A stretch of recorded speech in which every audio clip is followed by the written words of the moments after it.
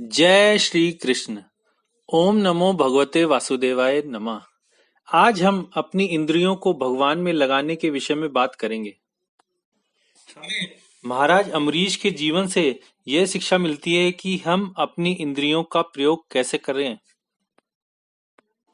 सबसे पहले हमें अपना मन भगवान श्री कृष्ण के चरण कमलों पर लगाना चाहिए, जिससे हमारी बुद्धि विमल हो जाएगी और हमारा मन विचलित नहीं होगा, और अन्य इंद्रियों को भी भगवान की सेवा में लगाने में भी सहायता मिलेगी। सबसे पहले हमें अपने नेत्रों का प्रयोग मंदिर में फूलों से सुंदर रीति से सजे भगवान श्री कृष्ण के विग्रह को देखने में करना चाहिए।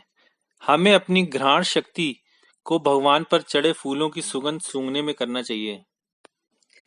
हमें अपने हाथों को भगवान की सेवा करने और उनकी पूजा करने में लगाना चाहिए, और अपने पैरों को मंदिर जाने में प्रयुक्त करना चाहिए।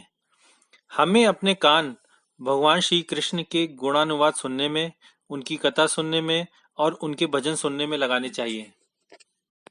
हमारी जीभ दो प्रकार से कार्य करती है, एक स्वाद लेने का और दूसरा बोलने का। तो हमें उसका प्रयोग भगवान का प्रसाद चखने का और स्वाद लेने के लिए करना चाहिए, और दूसरा प्रयोग भगवान के गुणगान करने में करना चाहिए। अगर हम अपनी इंद्रियों का प्रयोग इस प्रकार करेंगे तो यह निश्चित है कि हमें भगवान की कृपा पाने से कोई नहीं रोक सकता।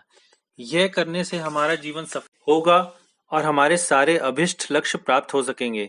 यद्यपि श्री भगवान की भक्ति करना और उनकी पूजा करना अत्यंत कठिन है, किंतु यदि हम अपनी इंद्रियों का प्रयोग सही प्रकार से करें तो हमें सफलतापूर्वक पूर्ण पुरुषोत्तम भगवान की कृपा प्राप्त हो सकेगी।